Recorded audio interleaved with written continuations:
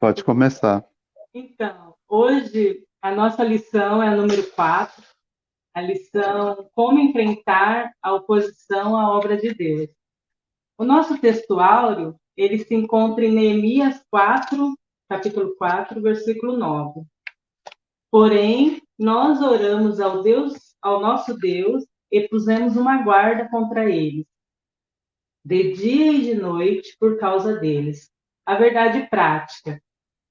Não devemos nos amedrontar com os que se opõem à obra de Deus, porque o Senhor está conosco e por nós batalha. Glória a Deus por isso, né? Vai falar sobre a oposição que Neemias enfrentou referente à obra que ele foi ali fazer e trazendo para os nossos dias, nós também enfrentamos a oposição do inimigo das nossas almas. E eu queria deixar, antes do Josiel começar a dar aula, realizar aqui o contexto, Mateus capítulo 5, versículo 43 e 44, que diz assim, ó: Ouviste que foi dito, amarás o teu próximo e aborrecerás o teu inimigo. Eu, porém, vos digo, amai a vossos inimigos, bendizei o que vos maldizem, fazei bem aos que vos odeiam e orai pelo que vos maltrata e vos perseguem. Não é fácil, sabemos, né? Não é fácil. É bonito falar esse versículo, mas viver na prática não é fácil. E, mas nós vamos aprender hoje, nós vamos ver o contexto dessa história e trazendo para os nossos dias no final, sabemos que temos que vencer isso com oração e vigilância. Eu estarei fazendo uma dinâmica para demonstrar, né, a nossa vida com oração, sem oração. Amém? Fica ligadinho aí e reforçando aqui os papais e as mamães, mandando a foto da criança para o celular da nossa irmã Casey, para que no final passa as fotinhas de todas as crianças, que vai ter surpresas aí. Amém? Deus abençoe a nossa aula. Amém, graças a Deus. Deus continue abençoando a irmã Leia por essa introdução que nos dá força, né, para continuar aqui, sempre com a ajuda de Deus. A lição de hoje, ela vem nos ensinar que nós não jamais venceremos a oposição fazendo oposição. É uma dificuldade muito grande tratar com os inimigos, lidar com aqueles que nos perseguem, pelejar contra a nossa própria consciência e a nossa carne, porque nós ainda estamos com a velha natureza adâmica encravada no nosso ser.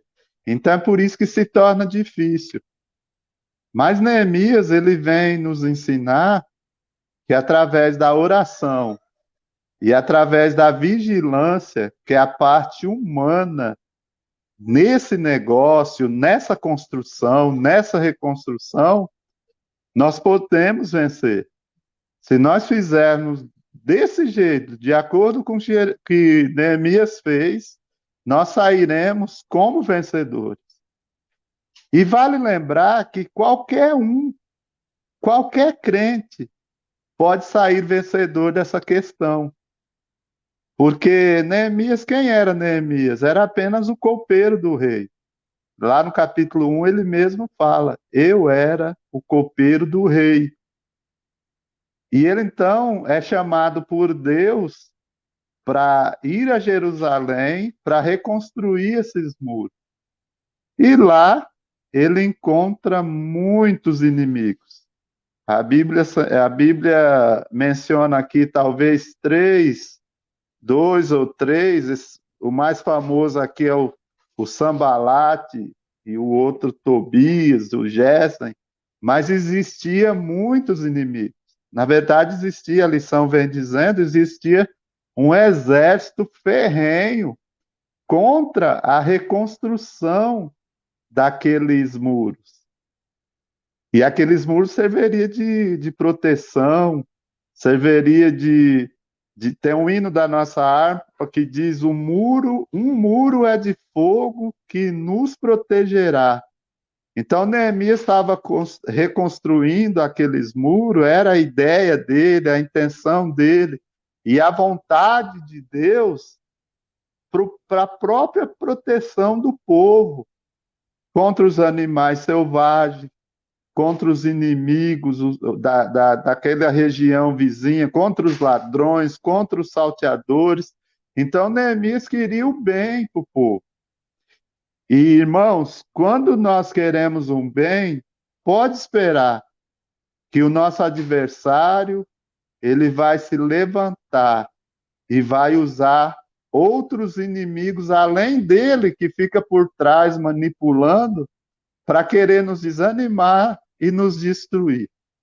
Muito bem, no tópico 1 da nossa lição, fala da oposição ferrenha.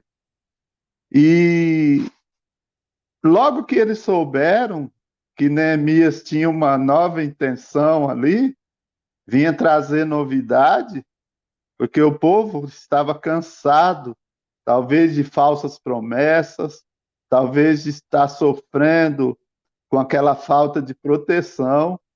Quando os inimigos souberam que Neemias vinha com essa novidade, a reconstrução do templo, a Bíblia diz que eles arderam em ira. É interessante que quando nós nos dispomos a fazer algo para Deus, aparece aquele que não faz.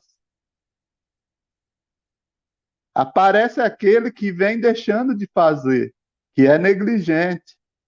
Mas nós, como igreja do Senhor, motivados pelo Espírito Santo, jamais devemos nos abater, abaixar a nossa cabeça, a nossa guarda, esmorecer as nossas mãos e deixar de fazer a obra do Senhor. Vamos em frente, que o galardão é grande. Veja que no primeiro subtópico diz a ira dos adversários. Gostaria de destacar aqui a palavra ira. Lá em Gálatas 5, Paulo menciona a ira como uma obra da carne. Então, aqueles inimigos, eles eram carnais, era uma característica deles. E junto com essa obra, obra da carne chamada ira, vem a inveja, vem as porfias, vem as pelejas, vem a prostituição, vem tudo que não presta, vem junto com a ira. E eles, ardendo em ira, não queriam que Neemias desse continuidade àquela obra tão nobre, irmãos. O muro é algo muito nobre. O muro fala de proteção, porque do outro lado, do nosso lado de dentro, tem o fruto do Espírito, que nós temos que proteger. E é com o fruto do Espírito, aqui no tópico 3, que Neemias, no subtópico 3, que Neemias se defende.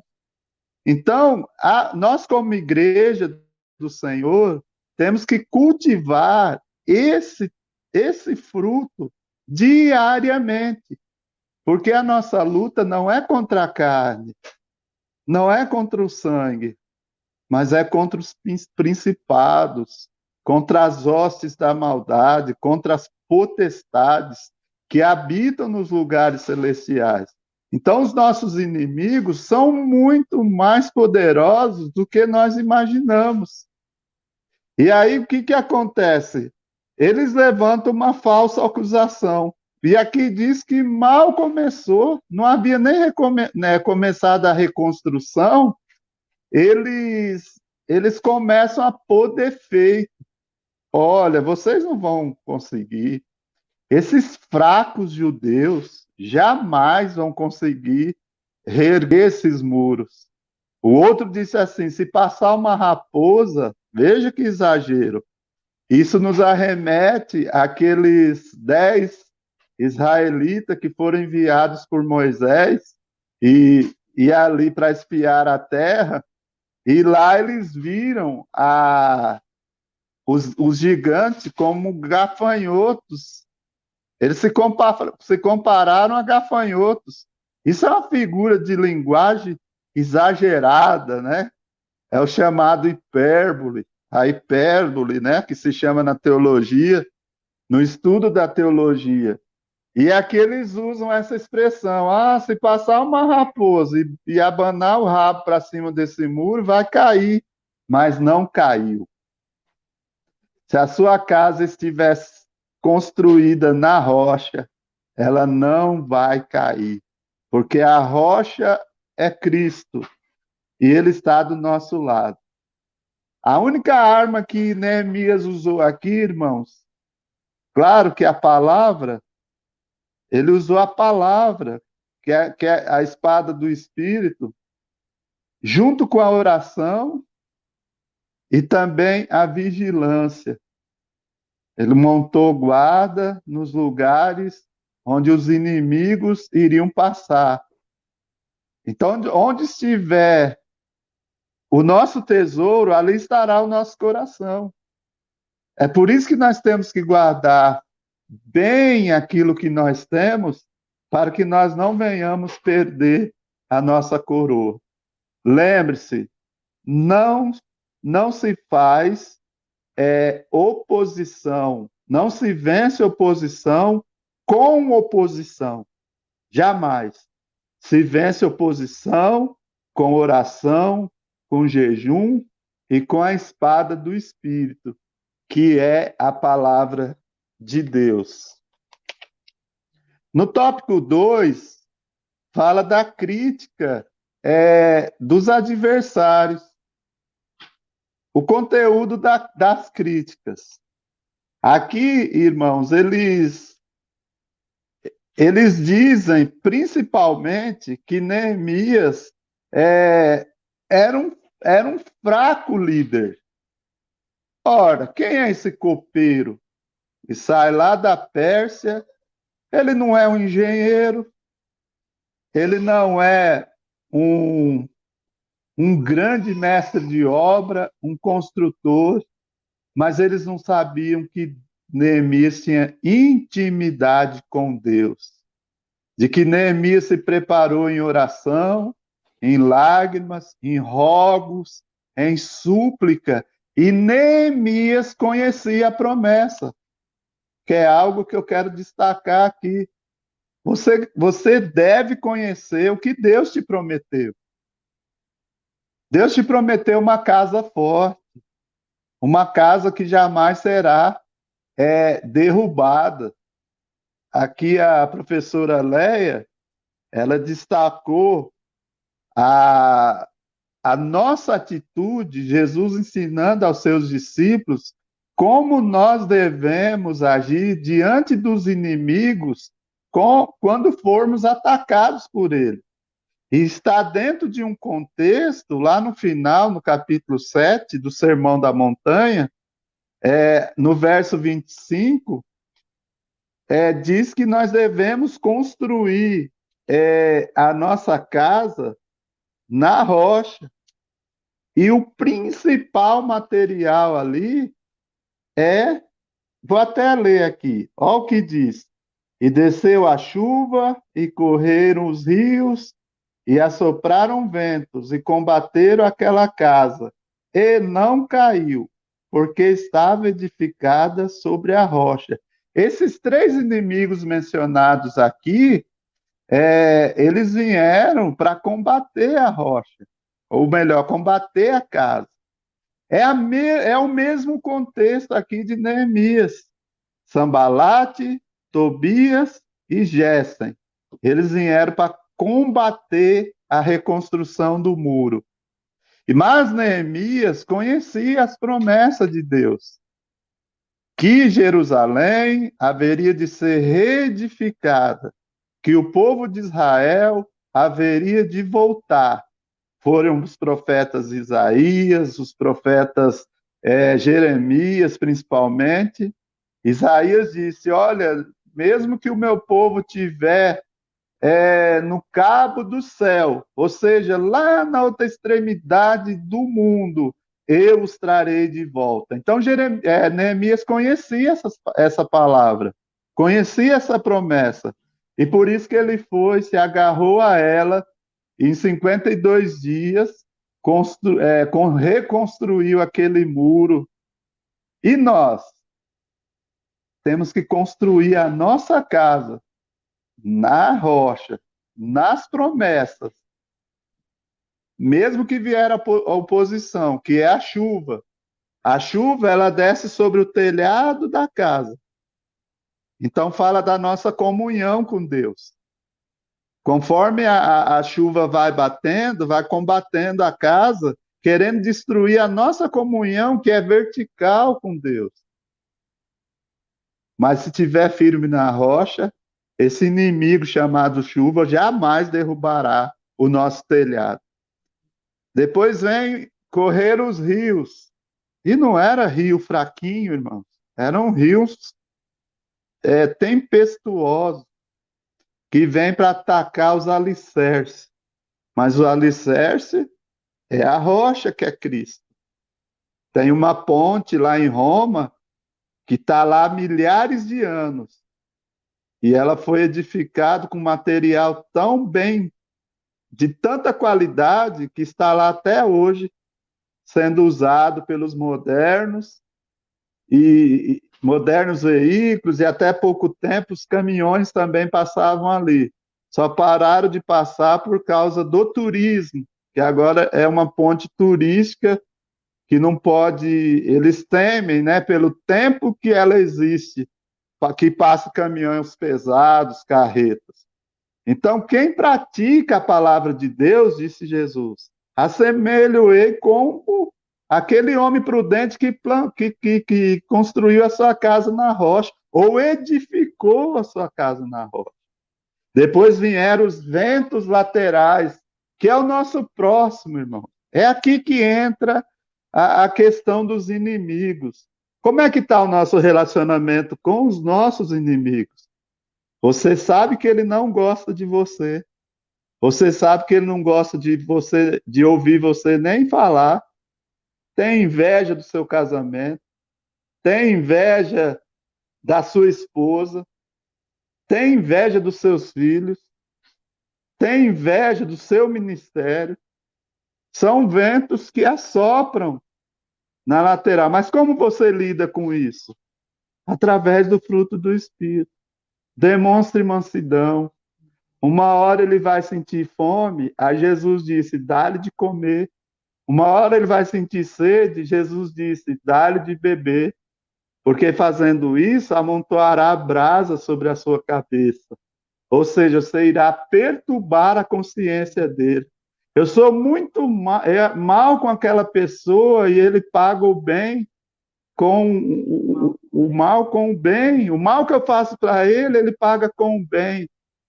Olha que interessante. Quando Jesus estava pronto para ser recebido no céu, ele deu as últimas instruções aos discípulos. Ele disse o seguinte: ide por todo mundo, pregai o evangelho a toda criatura.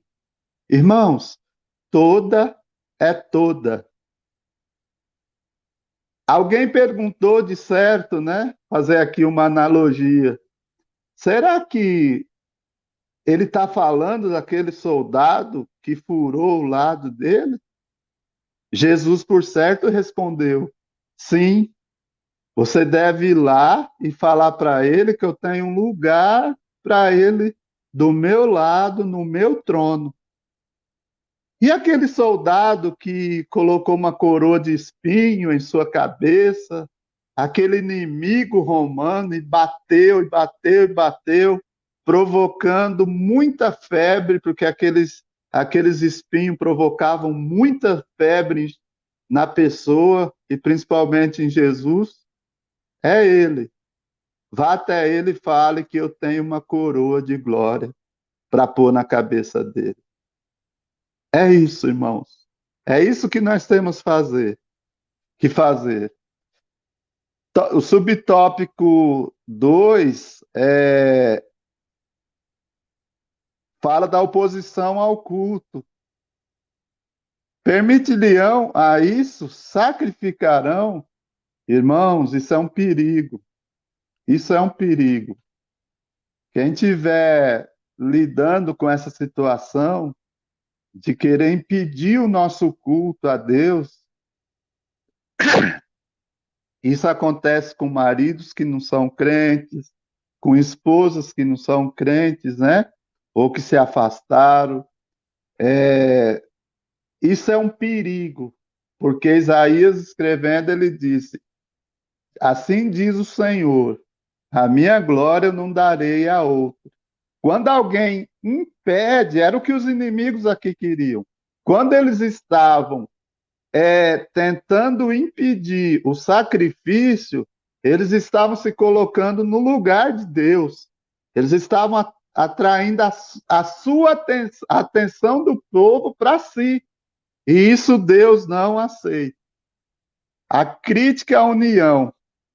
Percebemos que Sambalat, percebendo Sambalat que os edificadores estavam unidos, indagou: acabá-lo-ão num só dia? Vivificarão dos montões do pó as pedras que foram queimadas?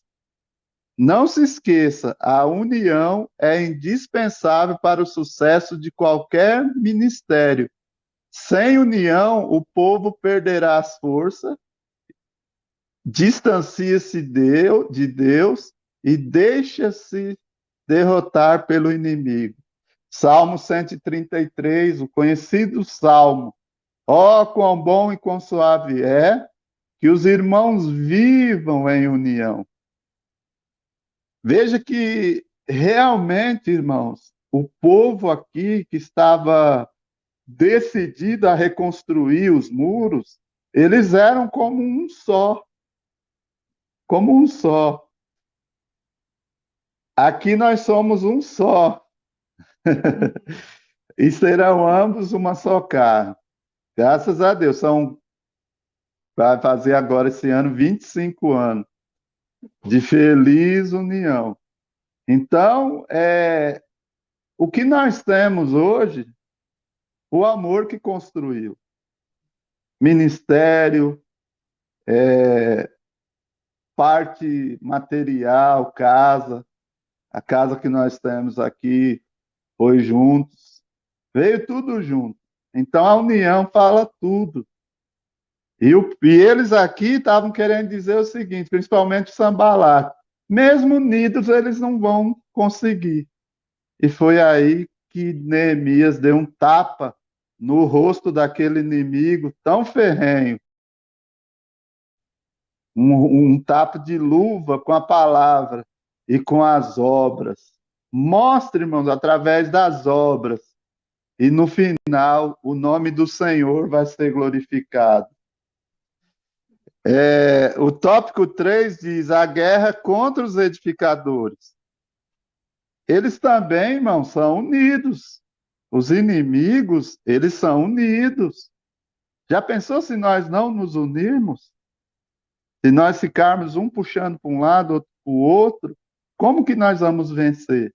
Eles estão dispostos a destruir a obra de Deus, mas nós estamos dispostos a, do monturo, do pó, tirar o necessitado e fazer se assentar sobre o lugar no lugar dos príncipes, que essa é a intenção da igreja e a sua missão, que é construir o nosso evangelho, o evangelho de Jesus.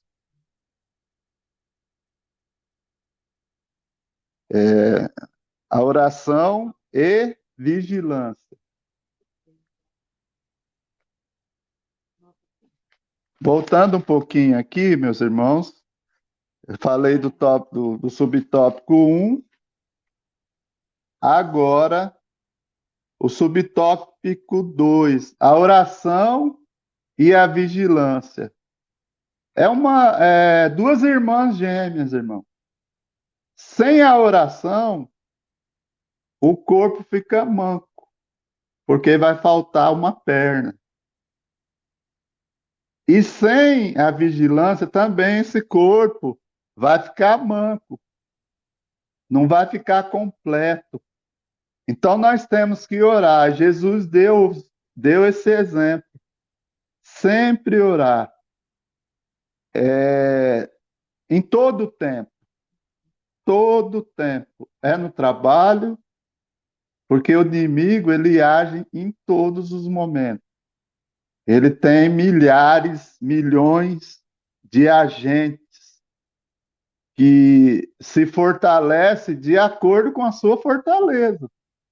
Conforme você vai se fortalecendo, ele também arregimenta os seus maiores e melhores agentes para te atacar, para nos atacar, para atacar aquela igreja. E é por isso que nós temos que montar a guarda. Onde é o nosso ponto fraco? Então vamos colocar uma guarda no nosso coração, na nossa mente, para que não haja ataque surpresa. A vigilância é algo que tem que estar presente em todos os momentos da nossa vida. Lembra aquela questão do leite? A mamãe coloca lá o leite para ferver e fica lá olhando, olhando, olhando, olhando, olhando, olhando. Aí às vezes cansa.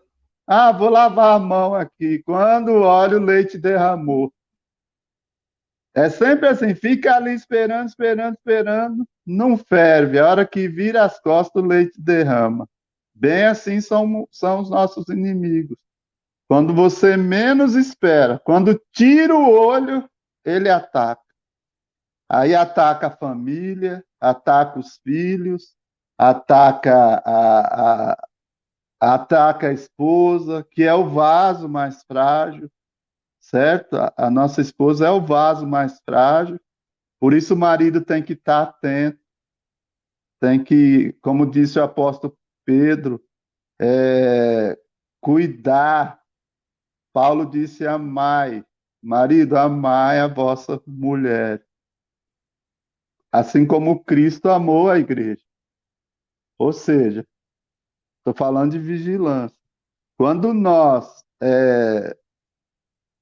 devemos amar, Paulo está querendo dizer, ame a sua esposa a ponto de morrer por ela, como Jesus morreu. Já a mulher, ele não manda falar, ele não manda morrer por nós, mas manda ser submissa, como o vaso mais frágil. E dá o exemplo de Sara, viu, irmãs? Dá o exemplo de Sara, que chamava Abraão de Senhor. Agora, marido, para você ser chamado de Senhor pela sua esposa, você deve fazer por merecer, deve carregar ela no colo, tá? Que assim Deus olhando, vai trabalhando no coração de um e de outro. Os filhos, irmãos, como nós estamos vigiando os nossos filhos, com quem anda, quem namora, tá cheio de inimigos querendo destruir os nossos filhos. Isso quer ver um ministério é, judiado, irmãos, é quando o pastor, quando o pai, né? O pai é atingido, logo o pastor é atingido. Vai ficar triste, porque ele é o guia da igreja. Vai ficar abatido, e é por isso que nós temos que orar, certo? E vigiar o tempo todo. Amém? Amém. Essa é a minha parte, e agora a minha querida aqui vai fazer o encerramento. Amém. Uma pequena dinâmica para demonstrar principalmente sobre a oração e a vigilância. Muitas já ouviram falar daquela dinâmica que o crente que ora é bola cheia e o crente que não ora é bola murcha. Muitos já ouviram falar sobre isso, né? Quando a gente ora, a gente se enche do Espírito Santo de Deus para enfrentar essas oposições do dia a dia. Aqui eu tenho uma bola, e ao encher, Quando fala dessas oposições, eu tô com uma agulha aqui. Eita, nós! Já estourou antes de eu começar. Essa dinâmica que eu ia fazer aqui não deu certo. Eu não preparei outra bexiga, está lá atrás, mas eu ia furar essa bexiga. Assustou a neném. Só que aí, conforme eu ia enchendo, que seriam as orações que eu estaria fazendo, ela ia murchando, porque ela estaria toda furada, né? É quando você dá brecha para o inimigo, certo? Então, você enche ela, mesmo você ora, mas fica dando brecha às oposições que vêm do nosso inimigo, é aonde você nunca vai ser uma bola cheia, nunca vai estar cheia do Espírito Santo de Deus, vai estar sempre desanimado, sempre quando for oferecer, não vai ter nada para oferecer. Aqui o nosso comentarista fala assim, ó, nós não podemos deixar brechas alguma ao adversário, principalmente nós que temos um lar, que temos uma família. Quer na igreja, quer em casa, nós temos que vigiar e orar. Porque os pais, eles têm a incumbência, né, de educar os filhos. E como nós temos que educar os nossos filhos? No temor e na admoestação do Senhor. E que os nossos filhos venham honrar e obedecer tanto a nós, os pais, quanto a Cristo. Mas eles vão obedecer se nós ensinarmos, não é verdade? Então, nós temos que tomar cuidado, como o nosso comentarista fala assim, ó, nós temos que tomar cuidado para que conteúdos abomináveis da TV, da internet, de outras mídias, não venham influenciar e destruir os nossos lares, que seria o que eu ia furar a bexiga, né? Os furos. Tá com medo de eu furar ele. Os furos que eu faria na bexiga, então você ia continuar orando, buscando a Deus. Só que ia as suas forças minando, porque ia sair o vento por aqueles buracos. E aí você não teria força para continuar. Por isso que muitos pais desistem. Nós não podemos desistir, nós temos que sempre orar e vigiar, conforme foi o nosso textual, colocar guarda, esse colocar guarda é vigiar, né? Para que não venha essa oposição destruir os muros que vai proteger a nossa casa, os muros de proteção ao nosso lar. É hora de reerguer esses muros que o adversário deitou por terra, através dessas oposições que vêm, que chegam até dentro dos nossos lares, através da TV, através da internet, né? Que tem a sua parte boa, porém, a parte, igual o José fala, a metade do bolo, a maior parte é mal, é do inimigo usando para destruir os lares. Então, nós temos que tomar esse cuidado, sempre orando e vigiando, para que não aconteça o que aconteceu aqui. Antes mesmo de eu furar a bexiga, ela estourou. Por quê? Ela já estava furada, essa bexiga. Então, conforme eu fui assoprando, ela não aguentou e vazou tudo o vento. Nós temos que ser sempre bola cheia, mas cheia do Espírito Santo de Deus, para que os nossos lares, os muros que cercam, que protegem os nossos lares, através da oração, não seja derribado pelo nosso inimigo. Amém? Que Deus abençoe a cada um de vocês. Amém? Amém. Deus abençoe a todos e até uma próxima. E que Deus continue abençoando a nossa EBD, os nossos líderes, nos ajudando uns aos outros e aguardando o Senhor Jesus voltar. Amém. Deixa eu só deixar mais um versículo aqui que Neemias falou. Quando vinha a resposta dele foi muito linda, que está lá em Neemias 2:20. Eu quero que fique para sua meditação, quando vier essas oposições, né? Que você possa ter isso em mente, assim como Neemias. A resposta dele foi assim, ó: o Deus do céu é o que nos fará prosperar. E nós, seus servos, nos levantaremos e edificaremos. Amém? Vamos firme nessa força. Amém. Deus abençoe a cada um.